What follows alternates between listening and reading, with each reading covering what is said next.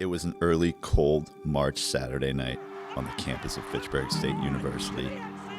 This wasn't any ordinary Saturday night, for there was a special buzz in the air. Over thousands of fans, families, and students piled into the Wallach Civic Center to witness history.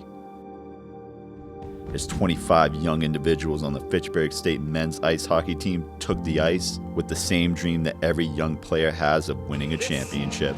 It is the MASCAC championship. That same night, that dream became a reality.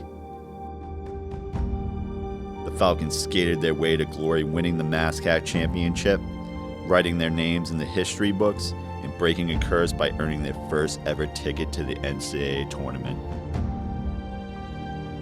It was a long journey of fight, push, and perseverance that led this team to a season that will be remembered and never forgotten. You can still hear that crowd, feel that energy. This is their story. They're going to do that. The crowd is jubilant. The crowd thinks they've won. The crowd is singing.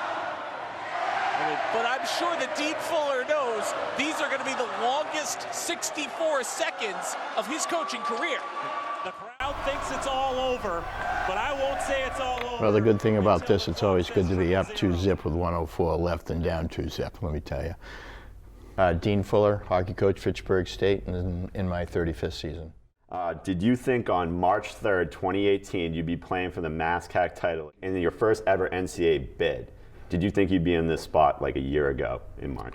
I mean, I go into every season thinking, it's a championship season. I mean, that's the end goal. I mean, everything else is, second place is irrelevant. I mean, we're here to work for a championship. I mean, that's what we're used to at Fitchburg State. And, that was our goal coming into the season.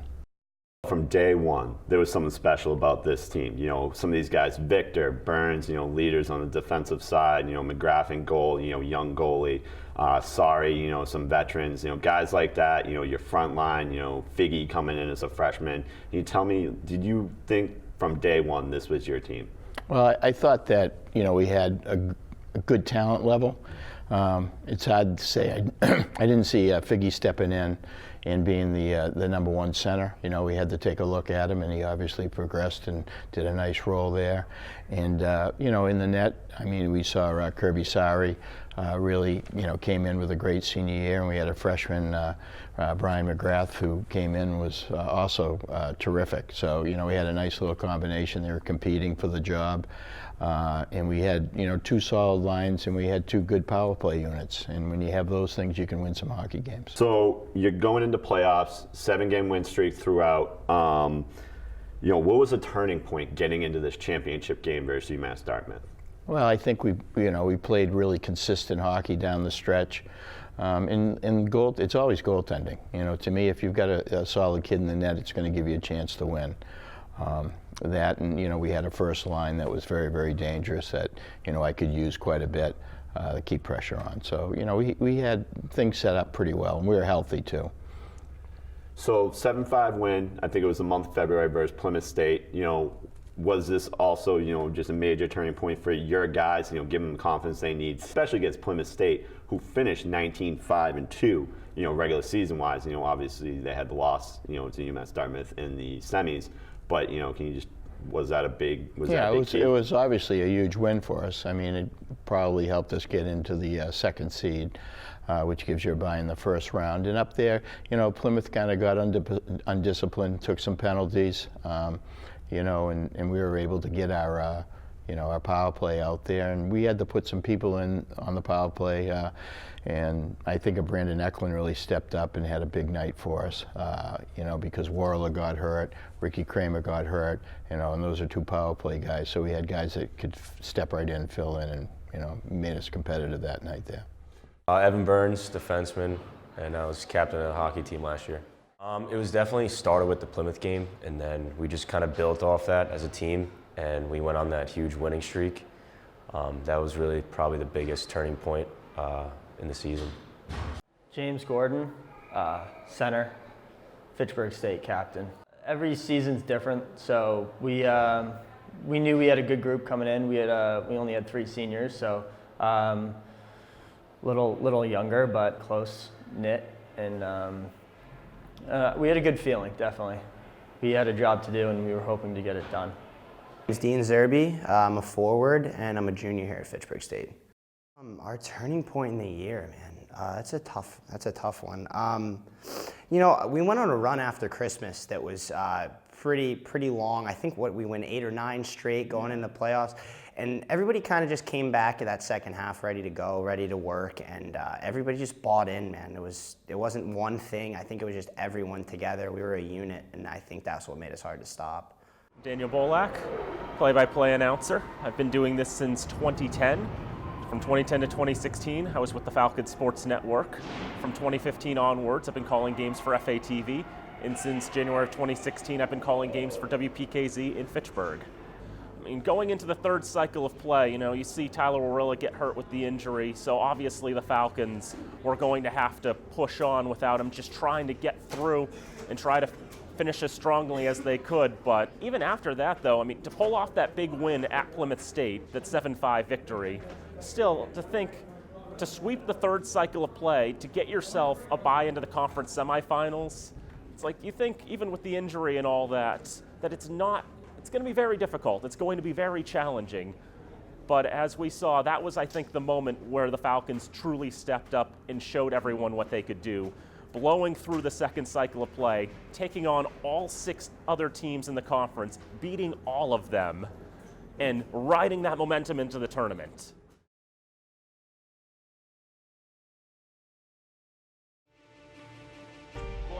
Right and left to right. It'll be the Vikings going. By Warilla for the Falcons. Tyler Warilla trying to get around 2 Vikings. That's a nifty move, and that's a goal for Sasha Biggie.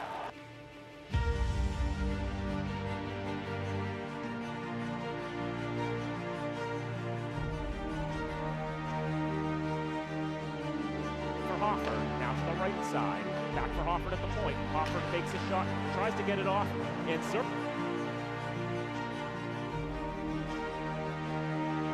Hanaway, I don't know yet.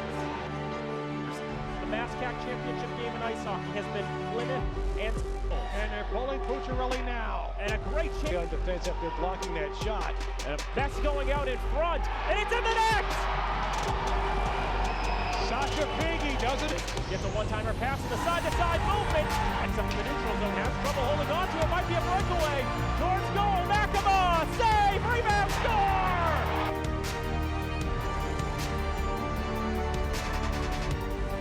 Into the third period. Daniel Bolak, Sherman Whitman here with you on the K-Zone 105.3 FM AM 1280 WPKZ. I mean, we've been rivals with Salem State, over my 35 years. So 5:23 left. You guys take a timeout. You guys have a power play, Salem State. What do you say to your team here?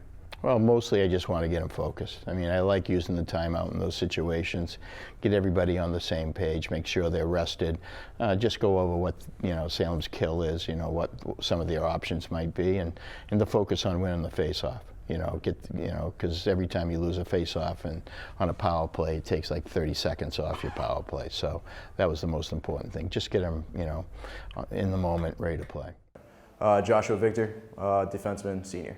We were all excited. For the most part, most of the boys went to Worcester to watch the quarterfinal game, and we kind of got to see Worcester-Salem. So we got a little sense of who we were going to play and got a taste of what they were like. And I thought we matched up against them well during the season. So we were all really excited for the game to start. Obviously, playing at home, the atmosphere is always something great. So we had a good turnout for the game, and it's all the chips all in. So. All the chips on the table, everything's on the line, so everybody kind of just elevates their game a little bit more, and I felt like that's the way we did it from top to bottom. I mean, everybody was kind of blocking shots and taking a hit to make a play, and I think everything was just clicking for us that game, so it was fun to be a part of, and it was fun to do it on our home ice. Save, rebound, taken by Salem, but intercepted. Now another chance, popped up in the air. When you see that first shot by Figueroa, put it off the back pad, that's a design play where we try to look for the rebound. And that one there, popped out. And the kid's a great finisher. You don't want to put it on his stick too often in front of the net. My name's Sasha Figge. I'm a center, and I'm in my second year, sophomore.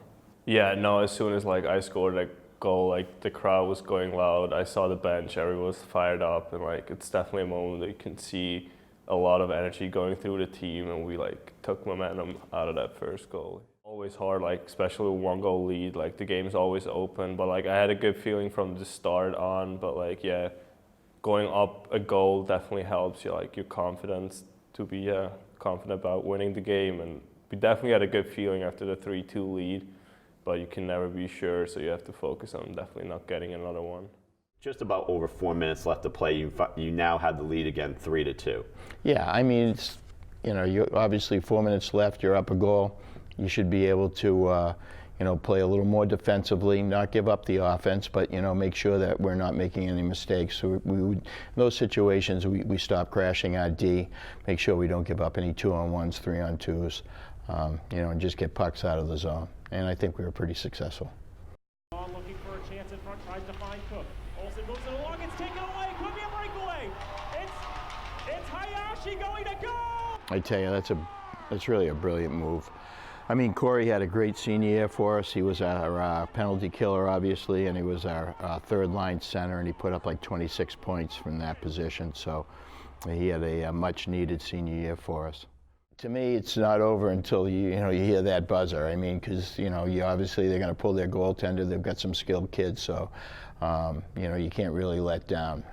You know, so we just tried to keep the kids, you know, in the right frame of mind. And, you know, let's finish this right. You guys do get the empty netter. You win that one 5-2.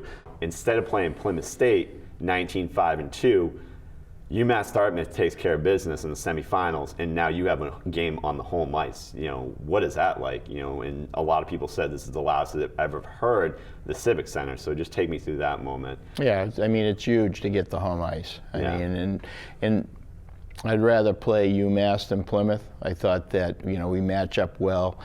Plymouth, they had more depth, more guys you'd have to worry about. UMass had a really good line, a solid defenseman on Lasco, and they were very good in the net. You know, so we were able to kind of keep an eye on those guys. I mean, they had the kid that was the player of the year. You know, so they obviously had some talent that we had to keep an eye on. But I thought we were quicker, a little bit faster, and we'd give them a lot to handle. And plus, it was home. Makes a difference. I think to get Salem State in the conference semifinal definitely helped things a little bit. But of course, going into that game, I thought to myself, this would still, win or lose, this was probably going to be the last game I'd get to call for that season. Because after all, the road always seems to go through Plymouth State. So many times they would meet Plymouth in the semifinal and then fall to the Panthers. I don't think any of us would have thought that, you know, the Panthers, for as good of a season as they had, one of their best programs in years, I don't think anyone thought they would actually lose to UMass Dartmouth. I mean, at the end of the game, we were just looking at the live stats. It's like, they're losing, they're still losing, they're gonna lose this game? We're gonna get this game? We're gonna get to do the championship game? And my color commentator, Sherman Whitman, afterwards was even saying on our sign-off, it's like, I'm so happy for you. You're gonna get the opportunity to call this game, this conference championship game. I mean, I wasn't thinking entirely of that, but then again, behind the microphone, I'm trying to hide a really big smile because this is going to be the opportunity of a lifetime, to having followed this team for most of my life, to actually get the opportunity to call them winning the conference championship, to going to the NCAA tournament for the first time, to get that chance to be behind the mic. That was something I knew from that moment on I was really going to be looking forward to. You're taking the ice, you're at home, MASCAC championship, first ever bid to the NCAA tournament. Yeah, mostly just keeping the kids, you know, kids focused, you know, and making sure that our line changes are good, that our shifts are short, that we're focusing on defense, you know, keeping an eye on their top line, you know, and just, you know, making sure the kids are ready to go. And you know what, it was an easy group. I had the great leadership in Byrnes and Gordon, you know, and we were ready to go that night.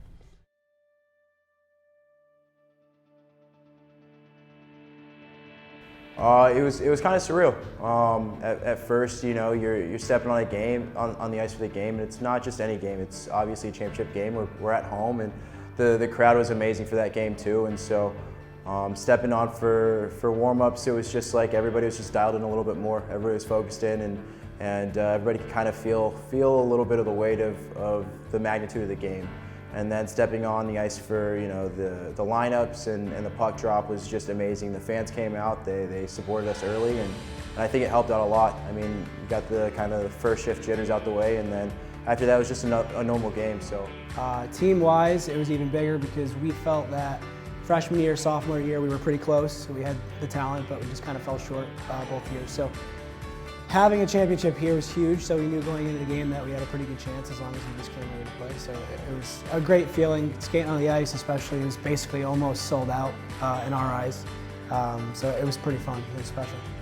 After 3 years of how every playoff went, it was just a surreal moment of wow, we're playing for the MASCAC title in our own barn.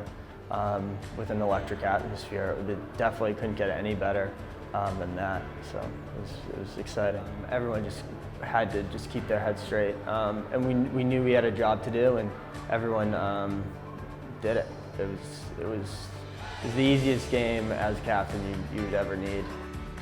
I mean, in that moment, we just gotta kind of keep our composure because they do mess up, but always tries to get underneath our skin. That's kind of how they play.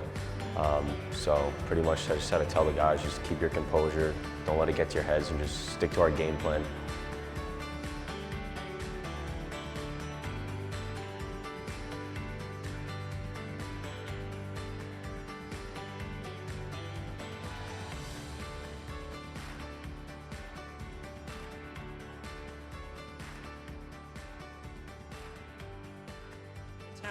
They played very solid defense in that first 20 minutes. It's going to be a question of whether or not they can handle it as the game goes on. It's been a defensive battle. Both goalies are playing great games.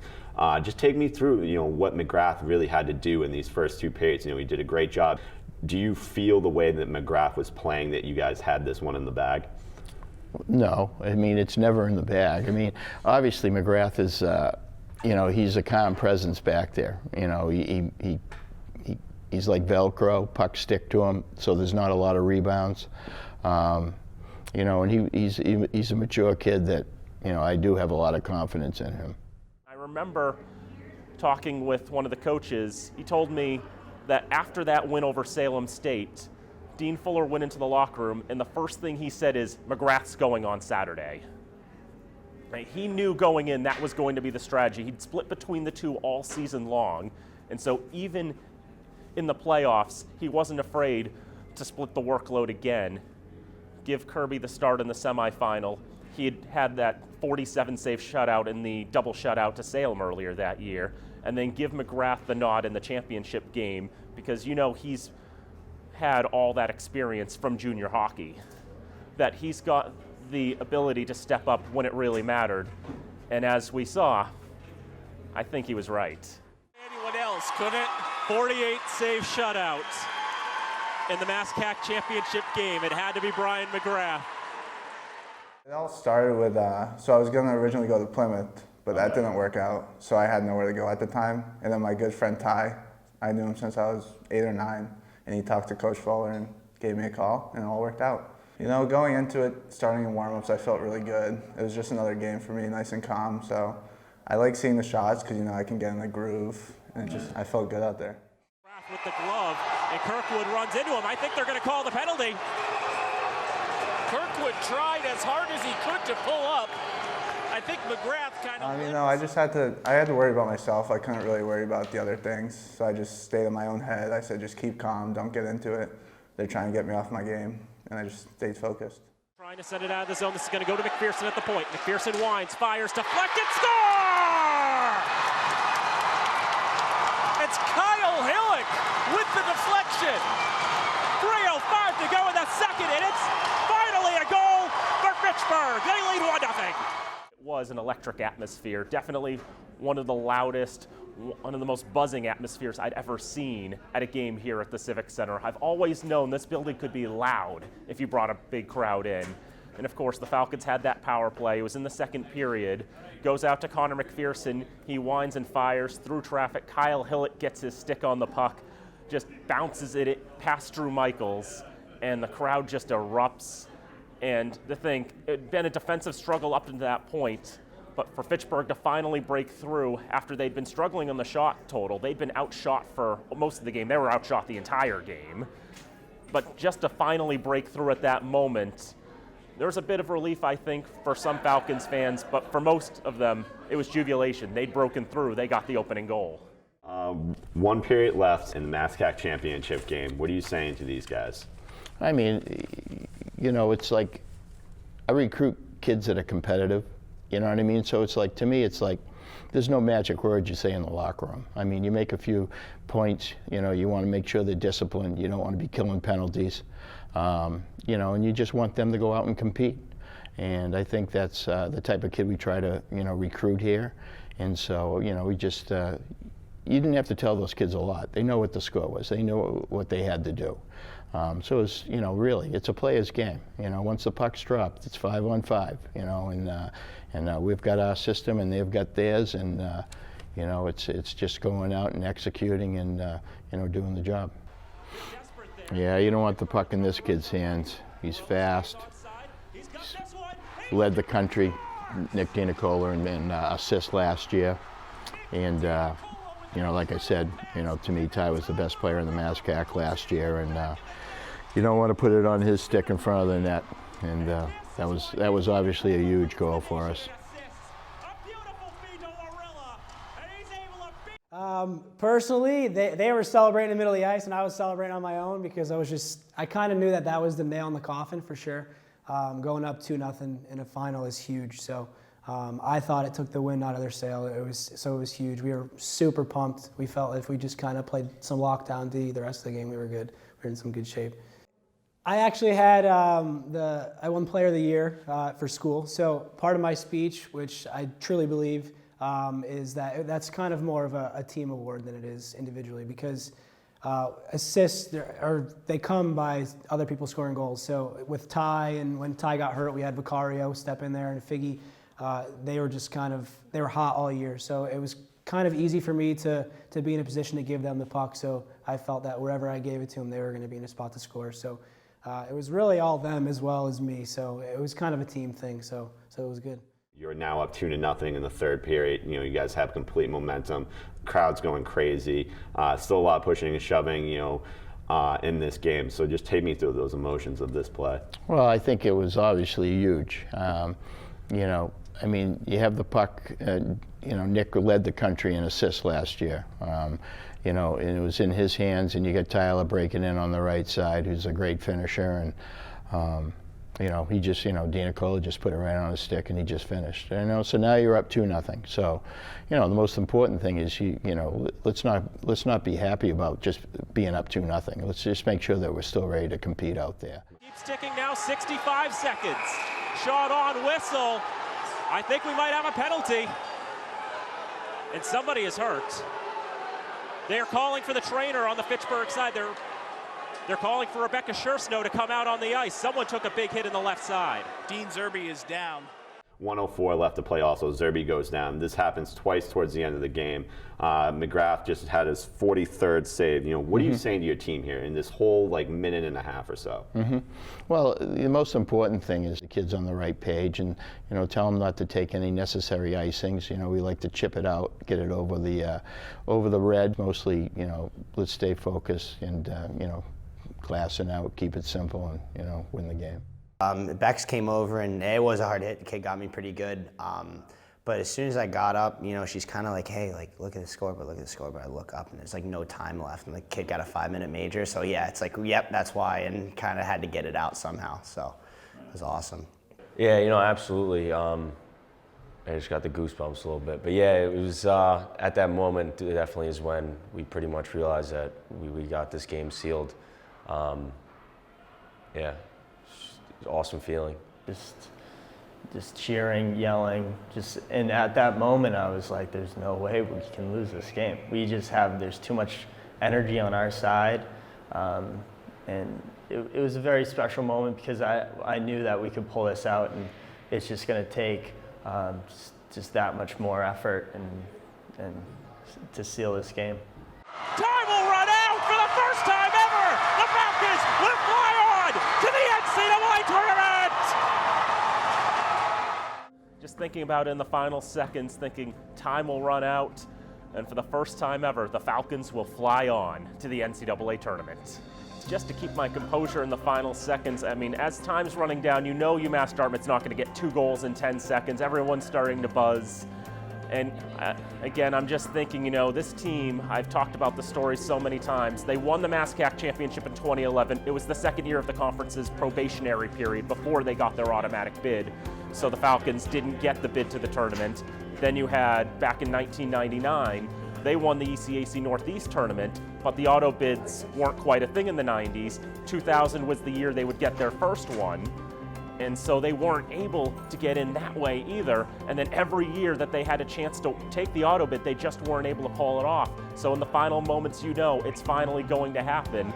And just the moment comes together. And I don't think I planned that phrase in advance. But then again, I've always learned that if you try to plan a phrase in advance, it's never going to come out right. So it's just say it and hope that your voice doesn't crack beyond recognition. So clock runs out, teams rushing the ice, first NCAA bid ever, school history. You know, what was going through your head? What kind of emotions did you have, you know, knowing that this was your first ever team to take a chance at the NCAA tournament here? Yeah. Well, I mean, it was a new experience. You know what I mean? It's, you know, it's great to win the MASCAC. That's your goal. You know, whatever team you're playing is to win your league. You know, and then to go to the NCAAs, it was, you know, obviously exciting. The interesting parts was we weren't able to go down and practice for an hour down at Nichols. So we're about halfway through our practice down there, and the power goes out in the building. All right, so we're through our halfway, and I'm saying, is anybody related to Belichick on this Nichols staff here? That the one practice we get down here, the lights happen to go out. So, you know, we just packed up and went home. And, you know, we played a great NCAA game. I mean, it was a 3-1 loss, but we had our opportunities. You know, they had an open net at the end. You know, so it was a good experience. It's very difficult to compare the MASCAC championship game of 2018 for ice hockey to any of the other games I've called, because for ice hockey, I've been following this Fitchburg State ice hockey team since I was a little kid, since the early 2000s, looking up games on college hockey stats the night after because that was the best you could do for following a team. And it's to get the opportunity to call this game was just an incredible feeling for me for what could very well be one of the biggest games in the program's history, a chance to make the NCAA tournament for the first time, something that had eluded them for so many years. Like a roller coaster of emotions. It was pretty cool for me. Throughout all of youth hockey, junior hockey, this is the first time I actually had a chance to make a run at a championship, and winning it was even better. But it was just a lot of guys buying in and playing their roles, and we got the job done. Winning a championship is very hard at any level, and the higher you get up, the harder it is to win one. And it was a good experience winning it. I mean, two of my roommates last year were seniors, and the other senior was my D partner. So it was nice winning it for them. I mean, it's always nice to go out on top, and got to share with my brothers. And we were a close-knit group last year, so it was kind of, you know, I said surreal before, but it was kind of a surreal feeling. And then taking Fitchburg to our first NCAA tournament was also fun. I mean, we didn't really have the outcome that we wanted to, but we had a lot of learning experience from it. The fact that it became reality was just a surreal moment. I mean, the beginning of the season, we all had a feeling that this was going to be the year, and everyone came to the rink every day and did their job and ended up with a MASCAC championship. It's unreal. That's what you practice all year for. It's what you dream as a little kid to play in championship games. So it's definitely unreal to play in games like that.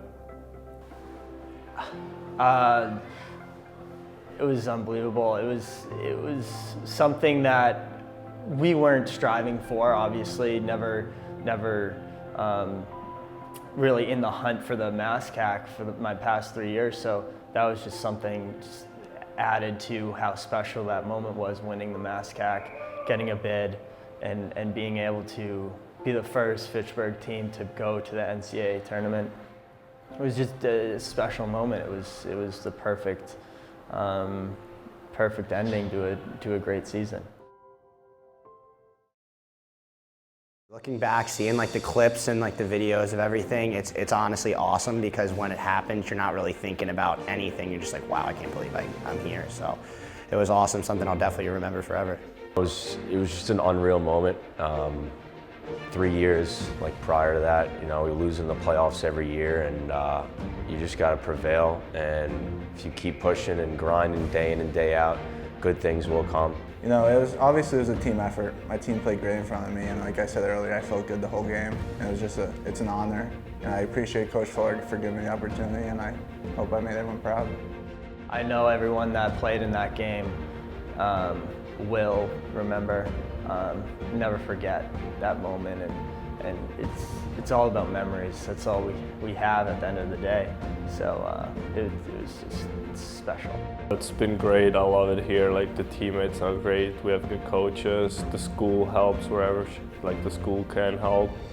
So it's been an awesome experience for me so far, definitely. People that I've met, the teammates that I've had, the coaches that I've had, I mean, everything's been fantastic. And like I said, it's like a close-knit group. We're kind of like a family, so I know that the connections that I've made here, I'll probably take with me for the rest of my life.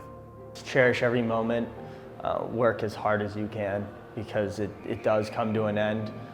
You never want to have those what-ifs, so just put in the work.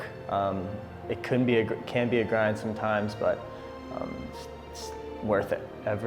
Everything you do is worth it. Just thinking about it in the final seconds, thinking time will run out, and for the first time ever, the Falcons will fly on to the NCAA tournament.